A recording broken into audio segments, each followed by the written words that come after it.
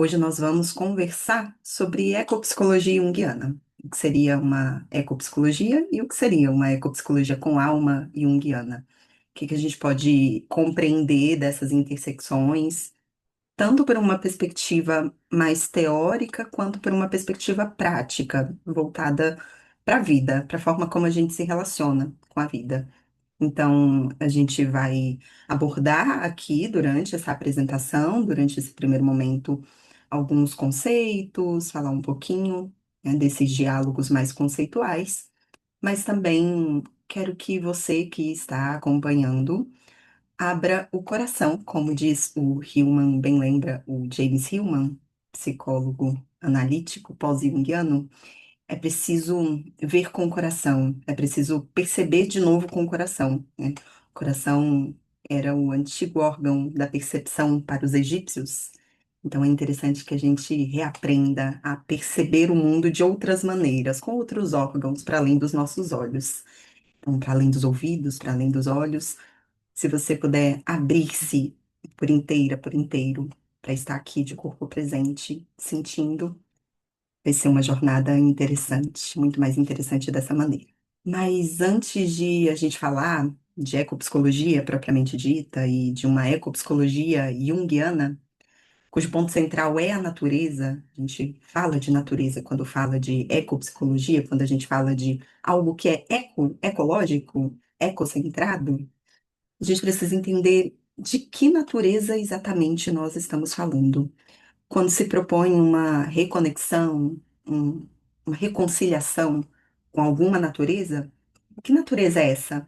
De que natureza a gente fala?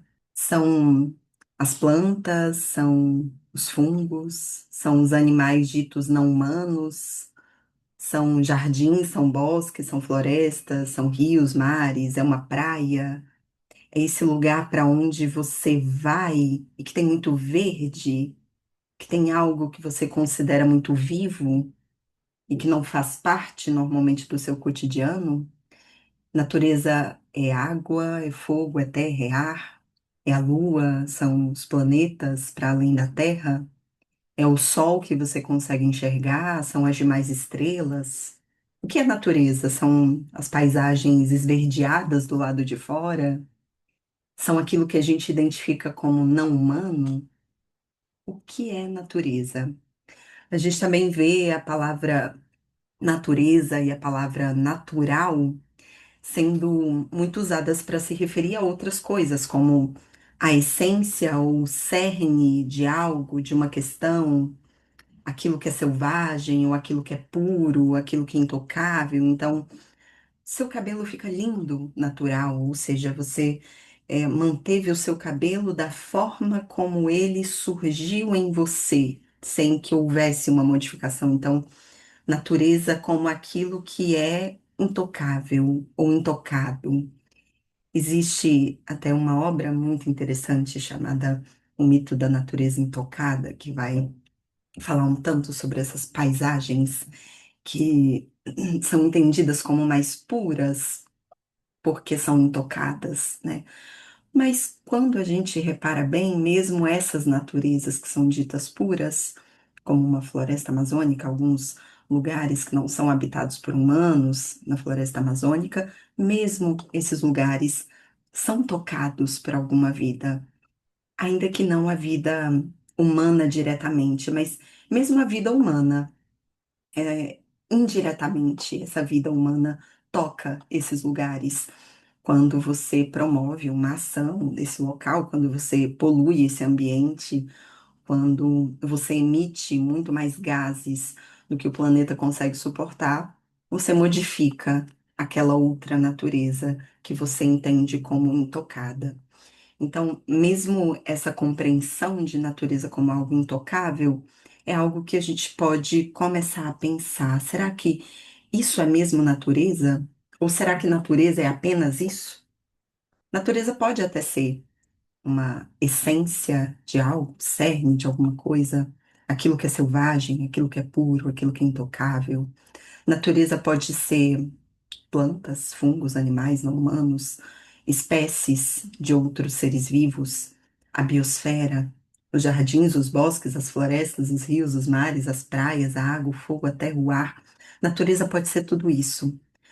Mas por que será que a gente se acostuma a identificar como natureza apenas aquilo que não é humano? Aquilo que muitas vezes é colocado numa paisagem esverdeada, uma paisagem que até temos ali em algum quadro, né?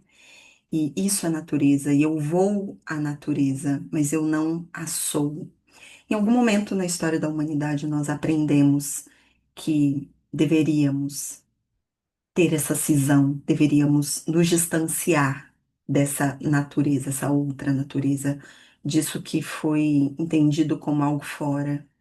Então, o dentro e o fora já não coexistem da mesma maneira, porque essa natureza sendo colocada para fora, e uma vez colocada para fora, distante da casa, distante do lar, ela é dominável, ela é controlável, ela é vista como menos.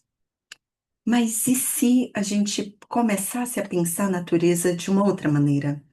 Então, aqui, neste encontro, nesta aula, na Mestra Natureza, em outros trabalhos que faço também, na clínica, fora da clínica, falo de uma natureza mais ampla, uma natureza que é fora, mas também é dentro e é entre.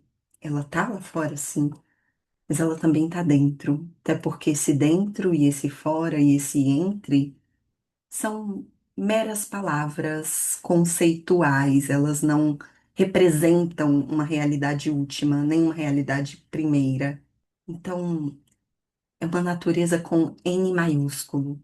Sempre que escrevo a palavra natureza, ou quase sempre, busco colocar o N maiúsculo para entender que existe uma infinidade de compreensões sobre essa natureza e que ela é algo muito maior do que aquilo que a humanidade se acostumou a compreender. É uma natureza que é mãe, que é fonte, que é casa, que é inspiração, que é mestra, que é origem, que é destino e que é também espelho. Não somente daquilo que nós vemos refletido no espelho, o humano, nós humanos, mas aquilo que existe dentro. É aquilo que está refletido no espelho também, porque afinal de contas, os nossos corpos, que são natureza, têm uma, como diz Emanuele Cottia, uma consanguinidade cósmica com a vida, com vários outros planetas, com várias outras estrelas e com tudo que vive nessa Terra. Nós temos esse parentesco cósmico. O nosso corpo é feito dos mesmos elementos que todo o planeta. Então, o nosso corpo, aquilo que está refletido no espelho, já é natureza.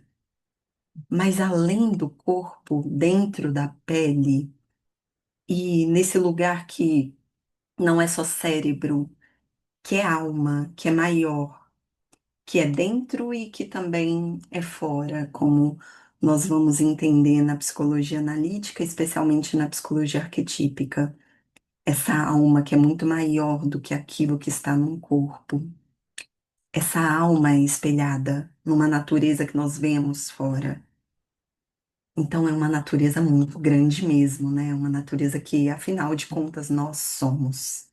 Então, partimos desse princípio na ecopsicologia. E numa ecopsicologia com alma junguiana, isso precisa ser ainda mais bem compreendido. A natureza não é somente aquilo que está fora, é aquilo que está dentro, que é dentro, fora e entre. E agora sim, entendido o que nós compreendemos aqui como natureza, um dos pontos mais importantes do nosso diálogo aqui é falar da alma da ecopsicologia, o que é ecopsicologia. Claro que nessa aula, nessa apresentação, nesse encontro, não temos a pretensão de findar tudo que se conhece sobre ecopsicologia, é muito mais amplo do que o que será apresentado aqui, do que o que está sendo apresentado aqui. mas aqui a gente toca num fio condutor da ecopsicologia, que a gente toca no que ela é, no que ela se mostra, em como ela se constrói. Entendo a ecopsicologia como um biofertilizante para a relação entre a alma humana e a alma do mundo, se é que é possível separar a alma humana e a alma do mundo, humano e natureza fora. Eventualmente, essas duas entidades serão trazidas como algo separado, mas muito mais para a gente tentar aproximar de novo e de novo. Mas entenda que é apenas uma questão conceitual. Na etimologia, a ecopsicologia poderia significar o estudo, o discurso ou ainda a história do lar da alma, porque do grego eco deriva de oikos, que significa lar. Algumas pessoas colocam ainda como lar natural, uma vez que eco muitas vezes é utilizado nesses contextos para se referir àquilo que seria natural. Psico deriva de psique, alma, mente. Logia deriva de logos, história, estudo, discurso. Então, ecopsicologia, a história do lar da alma. Que lar é esse? Esse lar comum, essa casa comum, que também nos é. Nós estamos nela, mas também a somos. E nos refletimos nela e nos projetamos nela. Mas é uma casa. Então, a ecopsicologia se propõe a estudar essa casa e a nossa relação com essa casa e a nossa relação também com quem nós somos. Ela fala sobre essa relação identitária, como nós nos identificamos, uma vez que nós entendemos que essa natureza também nos é e que nós a somos. Como nós nos identificamos, uma vez que a gente entende essa natureza como algo muito maior. Uma vez que a gente entende que essa natureza também é casa, o que é estar nessa casa? Como podemos nos relacionar de uma maneira muito mais genuína, muito mais profunda, muito mais verdadeira, muito mais saudável com essa casa, entendendo que tudo o que fazemos a ela nos retorna. Então, a ecopsicologia, ela vai se construir como uma abordagem que é inter e que é transdisciplinar e vai estudar essa relação entre saúde mental e saúde planetária, saúde mental e a nossa casa comum, integrando vários conhecimentos diferentes, especialmente de algumas psicologias, como a psicologia analítica, a ecopsicologia, psicologia fenomenológica existencial, psicologia humanista, entre outras psicologias, e a ecologia, em especial aqui, a ecologia profunda para promover uma conexão mais equilibrada entre humanos e essa natureza que os humanos também são. Não deixemos de apontar isso.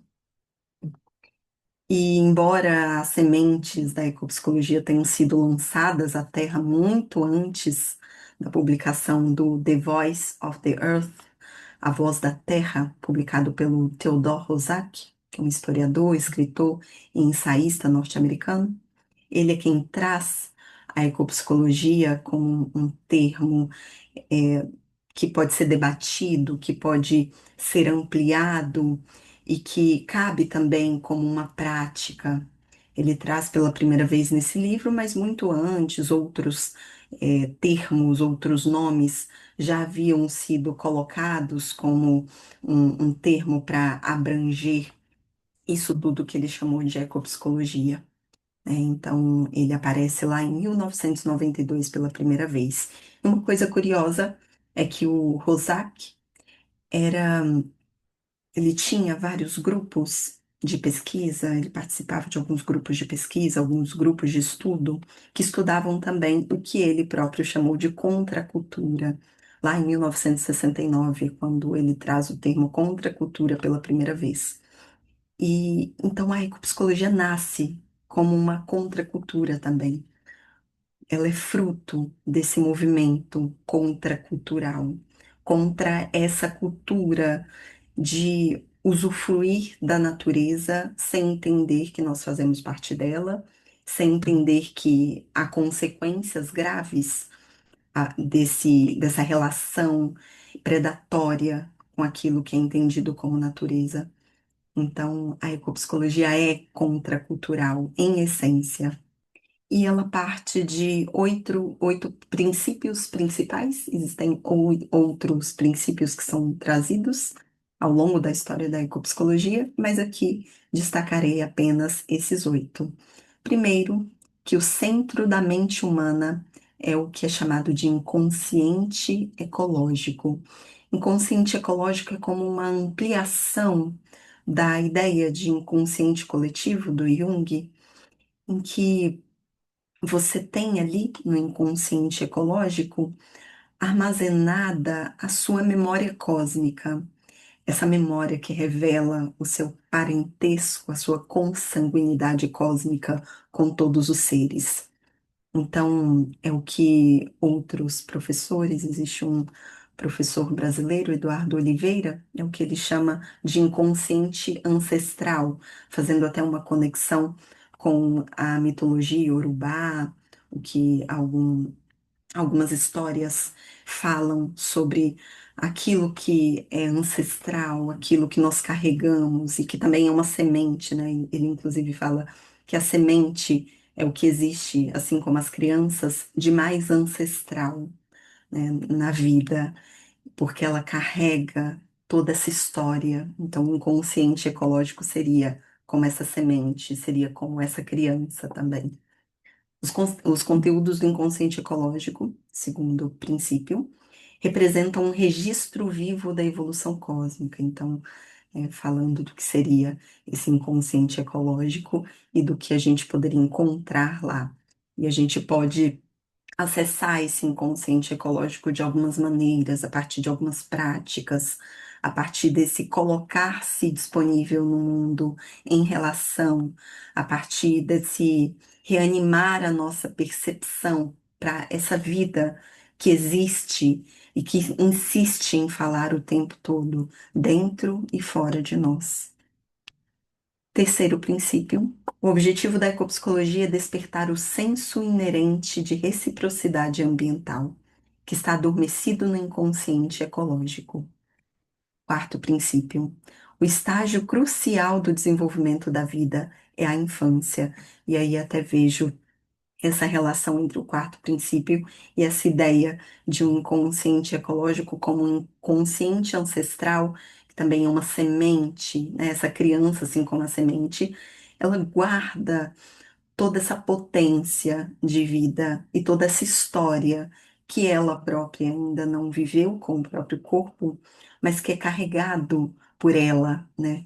E é interessante, o Rosário vai falar, na verdade, da infância também, como esse momento de acesso mais fácil a esse inconsciente ecológico, porque numa adultez nós vamos desenvolvendo, dependendo dos nossos estilos de vida, uma relação muito mais utilitária com aquilo que é entendido como natureza. Nós não nos projetamos tanto assim, pelo menos não tão conscientemente no mundo, não vemos essas projeções acontecerem e a criança se relaciona de uma forma projetiva e anímica. A criança é uma grande animista, né?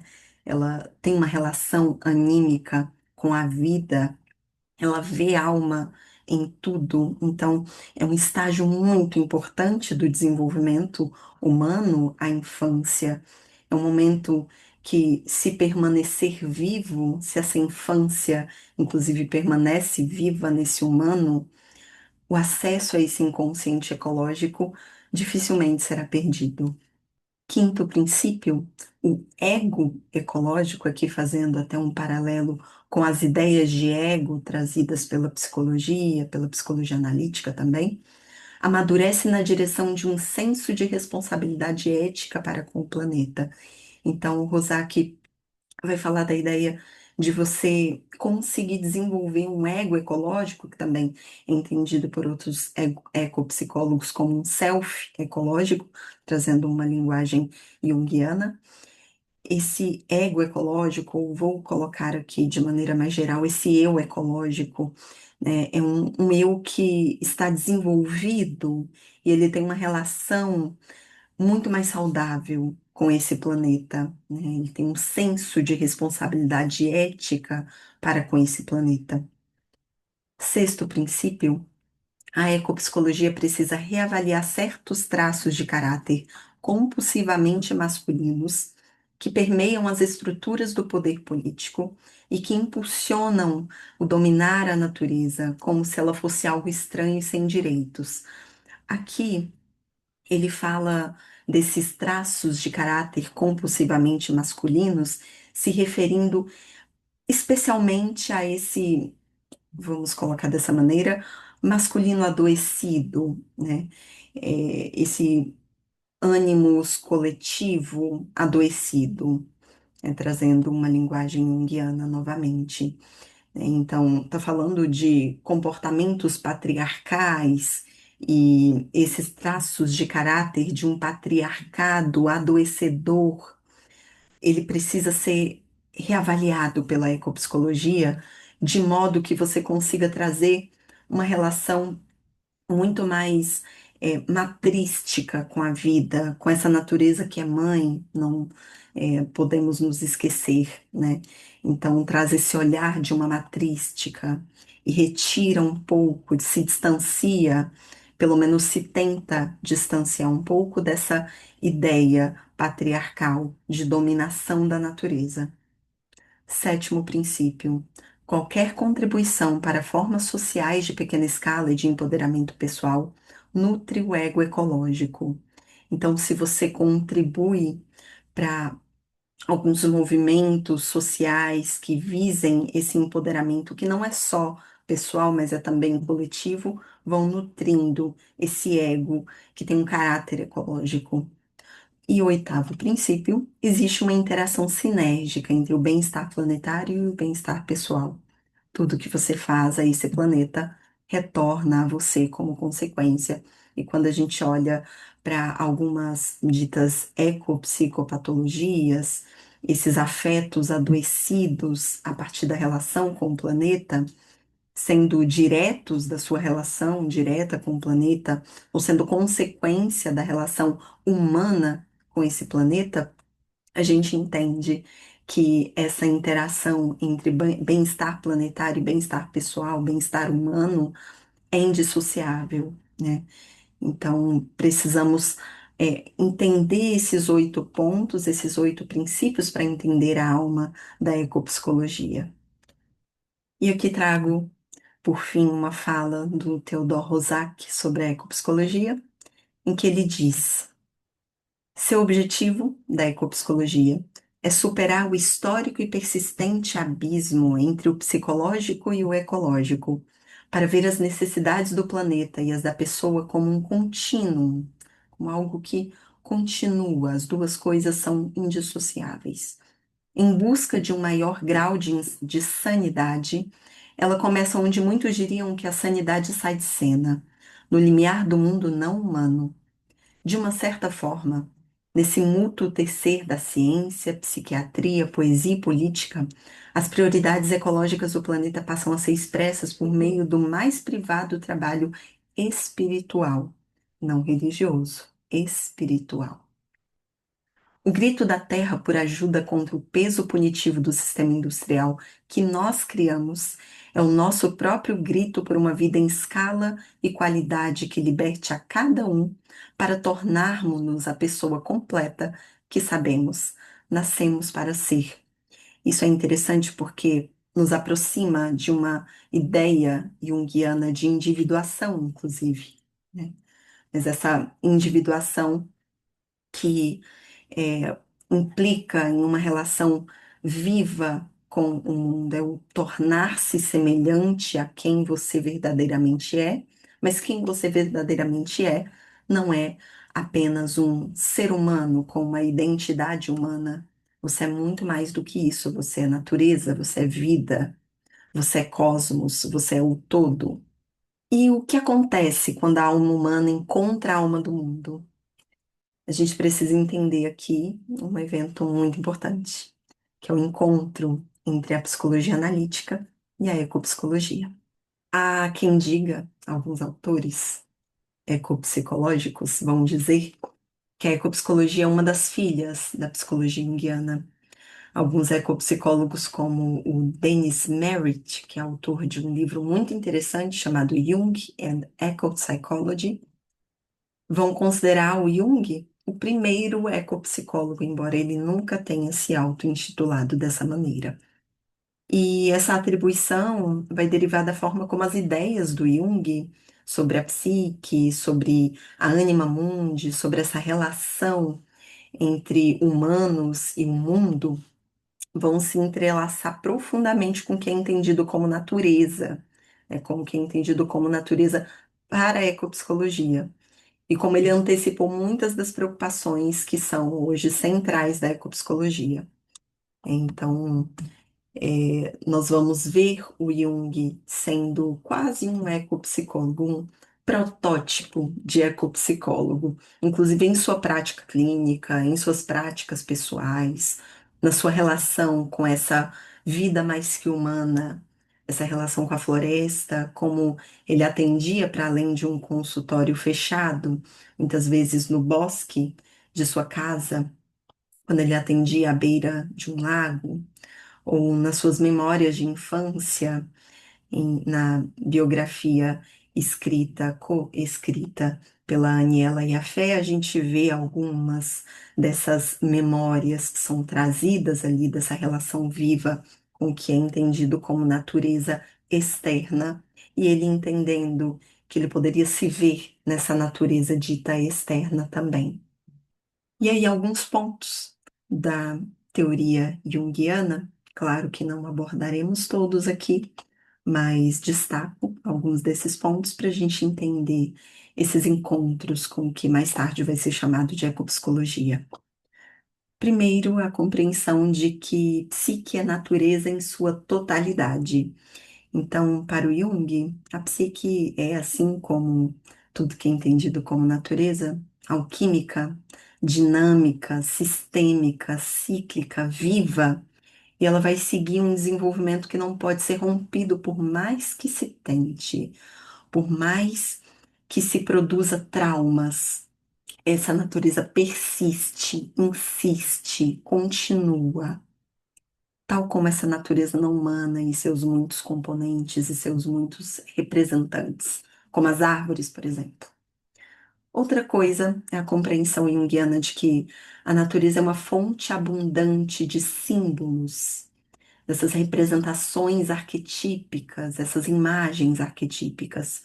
E esses símbolos vão remeter ao funcionamento, ao desenvolvimento da vida, incluindo a vida psíquica, como, mais uma vez, uma árvore que foi tão trazida na obra junguiana. A árvore, essa imagem da árvore e como ela representa a nossa vida psíquica também. Essa vida interior, inicialmente, mas também essa vida de uma psique que não é apenas interior, que é fora, que é entre. E aí uma fala do Jung. Propriamente falando, os arquétipos são parte quitônica da psique, se assim podemos falar. Aquela parte através da qual a psique está vinculada à natureza, ou pelo menos em que seus vínculos com a terra e o mundo aparecem claramente. É nestes arquétipos ou imagens primordiais que a influência da terra e de suas leis sobre a psique se manifesta com a maior nitidez. E é interessante, né? Falar dessas imagens primordiais, desses arquétipos, porque isso nos remete não somente à ideia de um inconsciente coletivo, mas a, de novo, um inconsciente ancestral, um inconsciente ecológico, é onde nós podemos acessar a partir daquilo que vai ser entendido como um símbolo no momento presente, como um indicador do nosso vínculo ancestral com essa vida que é muito maior do que aquilo que nós entendemos como o momento presente, dessa vida que é anterior àquilo que nós entendemos como essa natureza vista lá fora e se manifestando agora. E mesmo essa manifestação no presente, ela revela um tanto dessa totalidade, ela revela um tanto dessa grandiosidade, que ela é um símbolo, né? Essa natureza é também um símbolo. Uma outra compreensão junguiana que se aproxima da ecopsicologia é a de que a alma humana é inseparável do mundo. O Jung, então, entendia a psique como uma parte da natureza. Para ele, e essa é uma fala dele, trazida aqui de uma maneira mais coloquial, tudo que pertence à realidade externa ocupa em nós um lugar interno. Então, tudo que está fora ocupa um lugar dentro. Tudo, absolutamente tudo. Todas as estrelas, o sol, a lua, o rio que nós olhamos, esses outros animais, ocupa em nós um lugar interno. É preciso, então, entender esse mundo para entender a alma, como Jung também fala. Se a gente quiser entender o que significa alma, nós precisamos entender o que é o mundo. Nós precisamos compreender o que é isso que é chamado de mundo. E quem somos se estende a tudo aquilo que existe ao redor. Não é só o que está confinado nesse corpo, sendo impossível estudar o ser humano separado, dissociado do planeta, como aquele princípio da ecopsicologia fala. Outra coisa é a ideia de uns mundos e de anima mundi, que não é do Jung, mas o Jung estuda bastante. Inspirado na alquimia, o Jung vai se debruçar nos estudos de uns mundos, esse mundo único, mundo uno, onde todas as partes que estão ali dissociadas se unem em um todo, em uma única natureza. Então, elas se unem em uma única natureza porque elas pertencem a essa única natureza, elas pertencem a esse todo. E a ideia é que a gente busque mesmo essa integração tanto na nossa vida interior, na nossa vida psíquica, integrar as nossas partes para que elas façam parte desse mundo único quanto no mundo externo e na nossa relação com esse mundo que nós entendemos como externo. Até esse externo e esse interno, eles precisam se relacionar para que se formem um único mundo, um todo, uma única natureza. Ainda que apenas da forma como sentimos, ainda que nem sempre na prática nós consigamos acessar essa totalidade. Talvez em alguns momentos da vida a gente precise de uma pequena separação para que consigamos fazer algumas coisas na vida, mas que nós nos coloquemos na vida com essa forma de vê-la, com essa forma de nos ver, entendendo que nós fazemos parte desse todo e que esse todo precisa ter as suas partes unidas. E esse é um pano de fundo, entendido como ontológico, né? Que vai sustentar a ideia de uma anima mundi, a alma do mundo, também, eh, que foi bastante debruçada pelos alquimistas, mas também por muitos antropólogos, a ideia de que esse mundo tem alma. Existe uma alma no mundo, o mundo tem alma, essa alma não pertence, não é uma qualidade exclusivamente humana. Esse mundo que não é necessariamente humano tem alma, ele tem uma psique, e essa psique também se desenvolve, e essa psique também se individua. Essa psique também busca esse mundo único, essa psique que é ampla, que é coletiva, que é a psique da Terra. E aí o Jung fala, há uma coisa semelhante ao sol dentro de nós. E falar em manhã de primavera, tarde de outono da vida, não é mero palavrório sentimental, mas expressão de verdades psicológicas. Isso traz um pouco dessa ideia de que nós nos projetamos no mundo, mas que não é só um mero palavrório sentimental, é uma expressão de uma verdade psicológica. Existe mesmo um sol dentro de nós. Existe mesmo uma manhã de primavera, uma tarde de outono da nossa vida. Não é só uma pequena metáfora, É uma expressão de verdade psicológica. Outra coisa, essa crítica junguiana ao racionalismo e à desconexão. O Jung, em muitos dos seus escritos, denunciou o racionalismo ocidental, especialmente quando ele vai falar da filosofia do yoga, vai falar da meditação, esse racionalismo que afasta o humano dos instintos, afasta o humano dessa natureza entendida como não humana. E ele vai alertar que essa cisão pode sim gerar vários adoecimentos pessoais e coletivos. Claro que um ser humano ocidental, urbanizado, dificilmente conseguirá recuperar o mesmo encantamento, a mesma relação que um ser humano oriental, que tem uma relação mais viva com esses fenômenos que não pertencem a um racionalismo, esses fenômenos inexplicáveis, ou essa escuta de uma planta, ou essa escuta das estrelas, ou essa escuta dos movimentos da lua e os movimentos do sol. É claro que um ser humano ocidental dificilmente vai conseguir acessar o cerne daquela relação, mas é possível exercitar essa relação, é possível buscar, é possível tentar recriar, se não por você na sua vida humana, na sua trajetória, por quem vem depois de você, para que sejamos bons ancestrais, pelo menos. Um outro ponto. A crise ambiental é vista, já pelo Jung, como um sintoma psíquico. Algumas crises, algumas questões que acontecem a esse ambiente, uma devastação ecológica refletindo feridas de uma alma coletiva. Não há uma neurose no indivíduo sem neurose no mundo, como traz o Jung.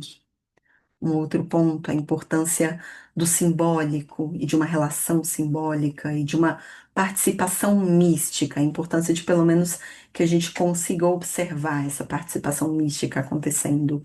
Jung entendia os sonhos, os mitos e essa participação mística, essa participação mística trazida pela antropologia, mas que o Jung toma emprestado o termo falando dessa relação fenomenológica com a vida, com essas coisas que acontecem e de repente, nossa, não é que talvez o que eu tenha feito aqui tenha reverberado ali, né? Pensei num besouro dourado, uma paciente me conta como aconteceu com Jung, um sonho sobre um escaravelho dourado e de repente o Jung vai até a janela e olha, pega um besouro dourado e essa paciente se surpreende, entende que talvez ela esteja participando, né, uma vez que ela sonha e que ela conta o sonho, talvez ela participe de forma mística dessa vida. Aquilo que ela pensa, aquilo que ela sonha, aquilo que ela faz pode ter uma reverberação. Ela entende essa indissociabilidade entre ela e esse mundo que é visto como externo. Então, ele entendia esses fenômenos como vias de reconexão com camadas profundas da psique, que vão reconhecer a conexão com a totalidade. Embora nós não consigamos e nem devamos tanto assim buscar essa participação mística o tempo todo, existe uma outra relação, existem outras estruturas psíquicas que são importantes nessa relação com o mundo. E aí o Jung fala mais uma vez: todos nós precisamos de alimento para a psique. É impossível encontrar esse alimento nas habitações urbanas, sem uma única mancha de verde ou árvore em flor. Necessitamos de um relacionamento com a natureza e precisamos projetar-nos nas coisas que nos cercam. O meu eu não está confinado no corpo. Estende-se a todas as coisas que fiz e a todas as coisas à minha volta. Sem estas coisas, não seria eu mesmo, não seria um ser humano. Tudo o que me rodeia é parte de mim. Isso é ecopsicologia pura.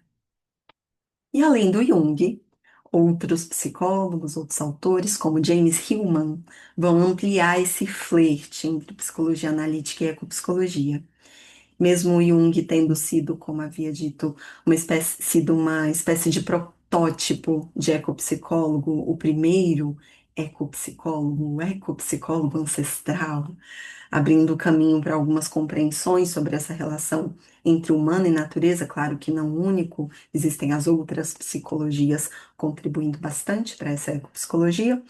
Na psicologia analítica, o Hillman, que se auto-intitula pós-junguiano, trouxe outros aprofundamentos e ele trouxe algumas contribuições até mais diretas à própria psicologia, contribuindo com livros de ecopsicologia, falando de ecopsicologia. Uma coisa que ele traz são críticas a essas psicologias dissociadas da Terra. Ele denunciava essa tradição clínica que costuma isolar a alma humana, essa psique, que muitas vezes é confinada a um corpo, e mais do que confinada a um corpo, ela é um cérebro com algumas conexões neurais, com neurotransmissores, ela é apenas isso. E ele denuncia que essa clínica que vê o humano dessa maneira se isola do mundo anímico, ela sequer reconhece o animismo como uma relação válida com o mundo. É o animismo, essa compreensão de que o mundo tem alma, de que tudo tem alma no mundo, de que a árvore tem alma, de que o rio tem alma, de que as flores, as borboletas, o cachorro, o gato, de que a alma não é algo exclusivamente humano, né? E mesmo essas psicologias que o Hillman criticava, algumas delas sequer consideram a alma dessa maneira, consideram apenas esse cérebro, esse aparelho, essa máquina, né, que funciona ali de maneira muito mecânica. Ele também dizia que nem 100 anos de terapia evitaram o agravamento da crise ecológica e sequer evitariam esse agravamento de uma crise ecológica, porque essas psicologias tratam o exterior como uma matéria inerte e hostil, né? Então, essa natureza externa não é nada, ela é inerte, ela é hostil, ela é insignificante, ela não produz significado, ela sequer tem consciência, e se ela não tem consciência, ela não tem valor, né? Então, essas psicologias costumam olhar, essas que Hillman criticava, costumam olhar para o mundo dessa maneira. Mas ele falava que a gente precisa contornar, a gente precisa ter uma outra relação com esse mundo, entendendo esse mundo como algo dotado de alma. Porque se não vermos alma no mundo, nós não cuidamos dessa alma, nós destruímos essa alma. E aí destruímos a nós mesmos, a nós mesmas como consequência. Uma outra coisa do Hillman, ele falava que a ferida planetária é uma ferida da alma, né? Então, seguindo essa linha, para ele a devastação ambiental e o sofrimento psíquico vão se espelhar. Então, curar o indivíduo, curar o sujeito, está ali em análise, em uma psicoterapia individual, exige curar esse vínculo desse indivíduo com a Terra. E assim, a gente cura a relação, a gente toca, a gente psicologiza, a gente terapeutiza essa relação.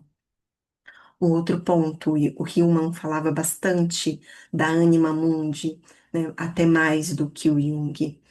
Ele, quando recupera o conceito de anima mundi, vai dizer que a realidade psíquica vai permear pessoas, lugares e seres não humanos.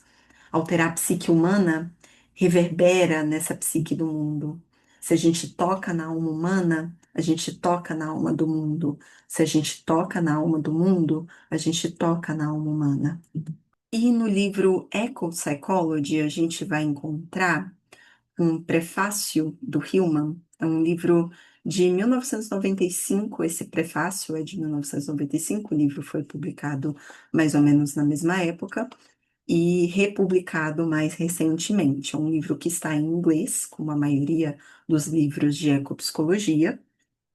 É um livro editado pelo Theodor Rosak, e nesse prefácio, o Hillman vai falar de uma psique do tamanho da Terra, uma psique do tamanho do mundo e, portanto, de uma psicologia do tamanho do mundo.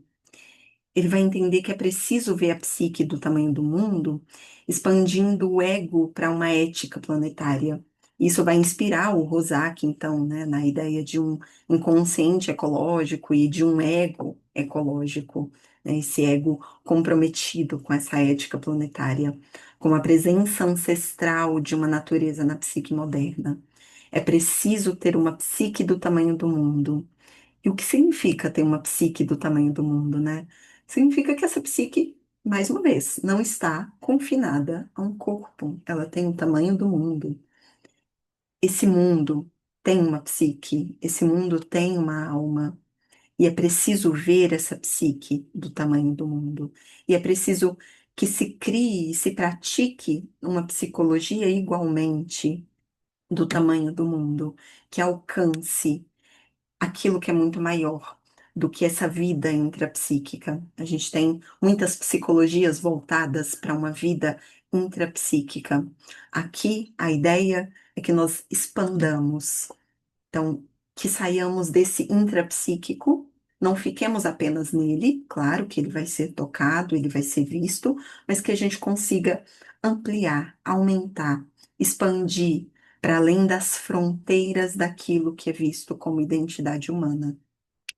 Ele também vai falar, e ele tem um livro mencionando o pensamento do coração e a percepção animada, em que o Hillman propõe substituir essa mente analítico-mecanicista por uma estética, uma eitesis, né, que toca numa percepção mais sensível, essa percepção com o coração, né?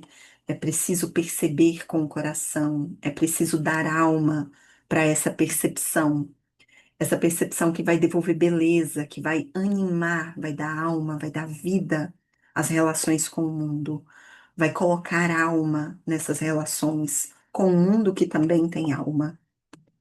O Hillman também vai falar dessa natureza como uma prescrição terapêutica. Ele próprio prescrevia natureza externa, no caso, para suas pacientes, seus pacientes, indicava caminhadas terapêuticas em alguns parques, em algumas florestas, reconhecendo esse potencial curativo do contato direto com diferentes ecossistemas, com diferentes seres não humanos. Como é essa relação com o não humano e como essa relação com o não humano vai reverberar na relação que a pessoa tem consigo mesma, com as suas próprias questões, com as criaturas de sua mente. Como se relacionar com o mundo externo, com as criaturas externas, pode reverberar na relação que a pessoa tem com as suas criaturas internas.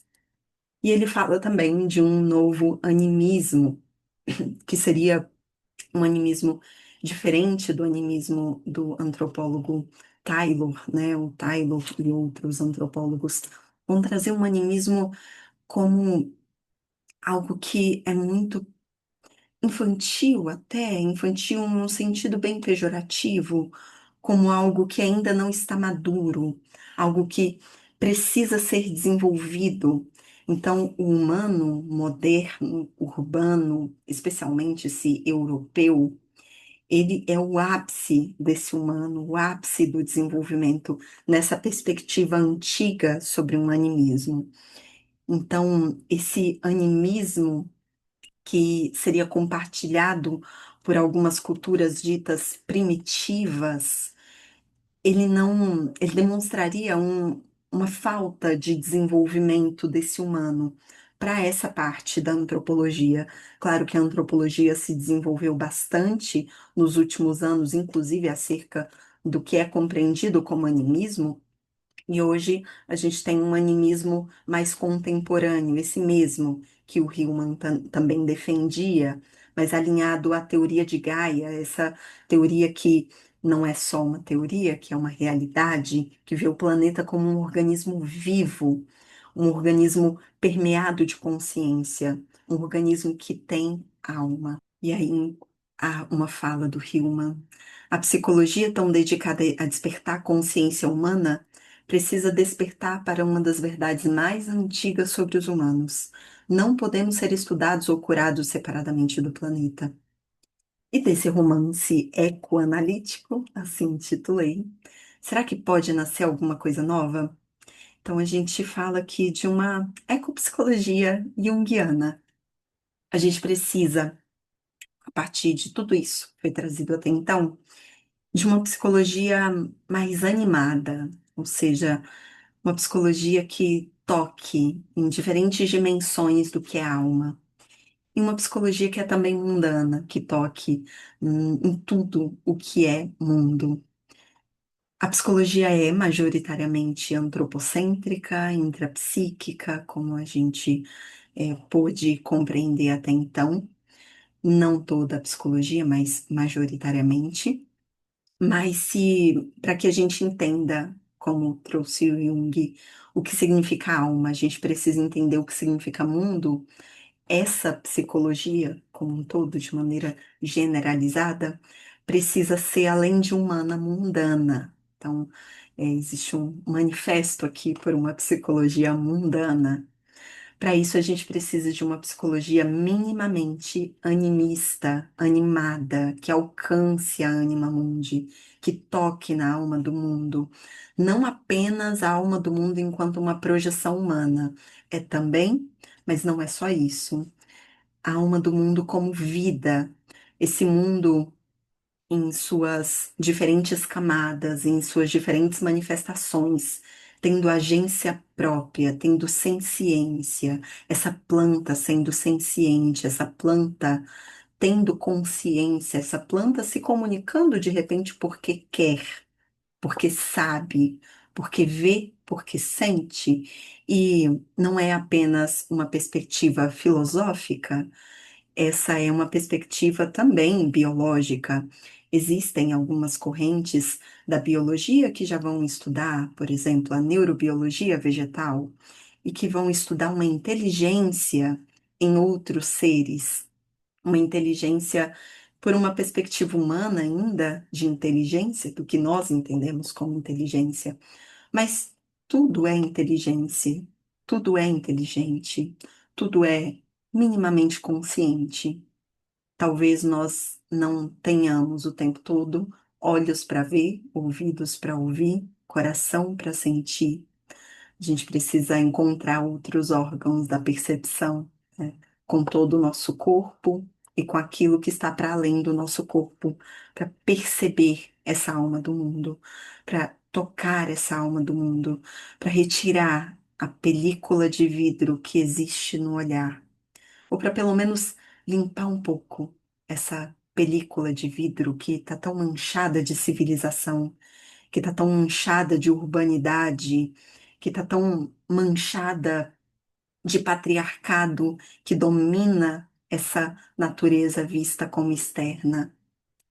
Então, que a gente aprenda a reanimar a percepção dessa psicologia na academia e fora dela, na prática também, na clínica e no nosso próprio desenvolvimento pessoal. Quando a gente vai entender a psique na psicologia junguiana, normalmente a gente é apresentado a esse mapa. Esse é o mapa da psique segundo Jung. Vai trazendo ali várias estruturas do que é entendido como psique humana, na sua relação com um mundo visto como interno e esse mundo visto como externo. E tá tudo bem, faz parte dessa compreensão do que seria psique humana, compreender essas estruturas e como elas se relacionam. Mas em uma ecopsicologia junguiana, ou pelo menos em uma psicologia analítica ecocentrada, com alma ecopsicológica, a gente amplia esse mapa da psique humana e nela também enxergamos melhor esse mundo. Então, esse mundo não é apenas ali uma pequena divisão entre mundo interno e mundo externo. A gente olha para esse todo que existe na nossa relação com tudo o que há, com esse cosmos, com aquilo que é entendido como natureza, com esse uns mundos, retirando essa película imaginária que nos separa de uma suposta natureza externa, a gente consegue tocar a carne selvagem da anima mundi. A A gente consegue tocar aquilo que é vivo, que insiste, que persiste na alma do mundo. Nós somos convidadas e convidados a não apenas nos projetar, projetar a nossa imagem, né, nesse mundo, nesse planeta, mas ver essa alma do mundo em nós, a assumir com essa alma do mundo uma consanguinidade cósmica, indo até um pouco mais além, a nos relacionarmos genuinamente com essa alma do mundo. Há muita coisa que me preenche, diz o Jung. Plantas, animais, nuvens, o dia e a noite, e o eterno que há no humano. Quanto mais acentua a incerteza em relação a mim mesmo, mais aumenta meu sentimento de parentesco com todas as coisas. E agora, dito tudo isso, para onde nós vamos? Como é que a gente cultiva, por fim, uma psicologia analítica animada, mundana, profunda? Nós compreendemos até agora um pouco de como a gente pode cultivar, mas precisamos retomar algumas ideias para reencantar essa alma do mundo e reencantar o nosso olhar sobre a alma do mundo, primeiramente. Existe um exercício que é trazido, proposto pelo historiador Richard Tarner no livro Cosmos and Psyche, Cosmos e Psique, e é um exercício, ele chama de Os Dois Pretendentes, e ele tem uma releitura por uma professora, uma psicóloga profunda, uma psicóloga analítica, que trabalha com Bill Plotkin na artesania da alma, que ela vai falar desses dois pretendentes se relacionando com uma floresta. No exercício original do Richard Tarnas, ele vai falar da relação com o universo, que você seria o universo. Mas aqui eu vou trazer conforme a Janine traz. A proposta é a de que você se imagine como uma floresta. Se você puder, nesse momento, até fechar os olhos para se imaginar como uma floresta, eu te convido a fazer isso. Uma floresta vasta, profunda, misteriosa, inteligente, com seus ecossistemas complexos. Você, floresta, é abordada por duas pessoas com formas completamente diferentes de se relacionar com o mundo. A pessoa um, ávida, desesperada por aquilo que ela entende que pode arrancar de você, você, floresta, ela te esnoba, te considera inferior, te considera incomunicável, controlável, desprovida de propósito.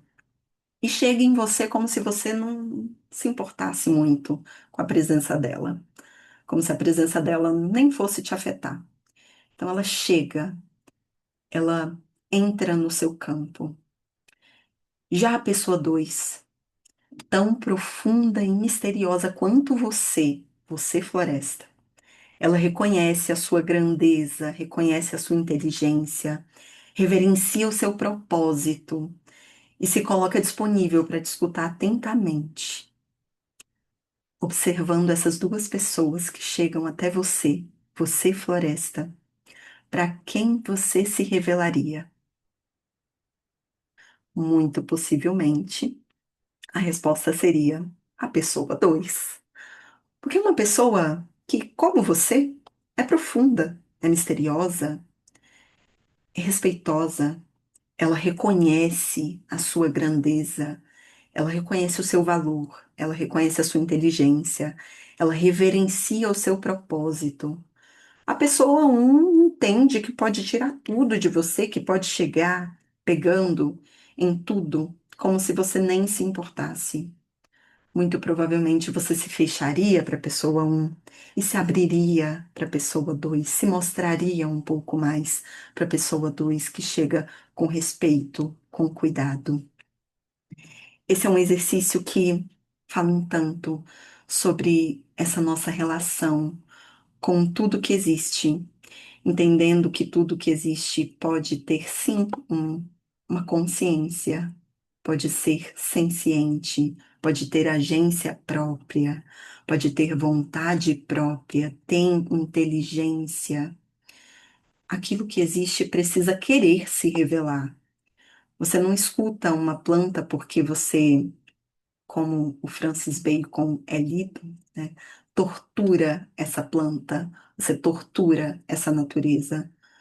Você consegue escutar essa planta não colocando num laboratório e observando de forma bem é, agressiva as suas partes. Não que isso não possa ser feito de alguma maneira, mas você escuta essa planta quando você para perceber.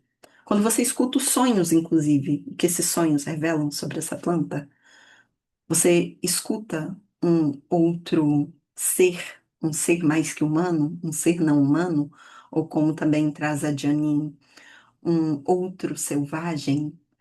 Quando você para perceber, quando você reanima a percepção, como a pessoa 2 do exercício dos dois pretendentes. E aí, aquela outra vida, aquele outro selvagem, aquele ser mais que humano, começa a se revelar para você. Então, ao entrar numa floresta, ao entrar em um ambiente dito natureza externa, ou a pisar no mundo, que seja, no mundo como um todo, que a gente consiga fazer isso com muito cuidado. Então, o convite é para que reanimemos a nossa percepção, rompamos as fronteiras, todas as fronteiras, reconheçamos o nosso parentesco cósmico, escutemos atentamente, aprendamos humildemente, pisemos suavemente sobre a terra, reduzamos nossas pegadas duras sobre a terra. Adiemos, se não o fim do mundo, pelo menos o fim da nossa capacidade de encantamento. E aqui eu indico para a gente fechar a apresentação e abrir para as nossas conversas. 6 livros, existem muitos outros livros de ecopsicologia e livros que agregam bastante nesse conhecimento, que poderiam ser trazidos, mas eu trago esses 6 principais, como eu havia dito durante a apresentação. A maioria dos livros de ecopsicologia estão em inglês. Não temos livros propriamente ditos de ecopsicologia em português ainda. Haverá, mas por enquanto temos apenas em inglês. Mas para quem tem disponibilidade de acessar ou tem algum tradutor fácil, né, alguns desses livros a gente encontra online, a maioria não, mas alguns sim. Né, A Voz da Terra, The Voice of the Earth, do Rosaki, o Eco Psychology, que eu havia mencionado, que ele é editado pelo Rosaki também, e tem o prefácio do Hillman, mas tem muitos outros autores e autoras, é um livro que tem vários artigos, ele é bem legal. Tem esse livro que é muito legal, o Jungian Nature, né? The Earth Has a Soul, então a Terra tem uma alma, vai falar desse olhar junguiano sobre a natureza, sobre a relação entre humano e natureza. Ela vai falar, é a Meredith Sabine, ela vai fazer uma análise sobre toda a obra junguiana e sobre a vida junguiana também, nessa relação com o que é entendido como natureza. É muito legal. Tem esse Jung and Eco Psychology, do Dennis Merritt, que eu havia comentado, que também é bem interessante, vai trazer essas visões junguianas que se aproximam da ecopsicologia. Tem um livro que não é colocado como ecopsicologia, mas que acaba sendo ecopsicologia também, né? O Terra Psychological Inquiry, né? Essa terra psicologia, a gente poderia trazer algumas traduções aqui, talvez uma tradução muito livre para o português não funcione muito bem, do Craig Chalquist, ele também é coautor de outros livros, né? Ele é bem ativo, ainda vivo, nesse campo da ecopsicologia, das ecoterapias. Tem um livro chamado Ecotherapy, Ecoterapia, que ele também edita, que é bem legal. E tem um que foi recentemente traduzido para o português, que embora não seja colocado como um livro de ecopsicologia, ele é ecopsicologia pura, do psicólogo Bill Plotkin. O Bill Plotkin tem um trabalho muito legal, que ele chama de Artesania da Alma. Ele dirige um instituto chamado Animas Valley Institute, lá que também está a professora que mencionei, a Janine, e eles fazem um trabalho muito legal, né, voltados para essa relação com a própria natureza, dentro, fora, com essa alma do mundo, inclusive de maneira prática, né, a partir de algumas imersões em canyons. É muito legal o trabalho dele, vale a pena conhecer esse livro aqui, inclusive. Ele é bem interessante.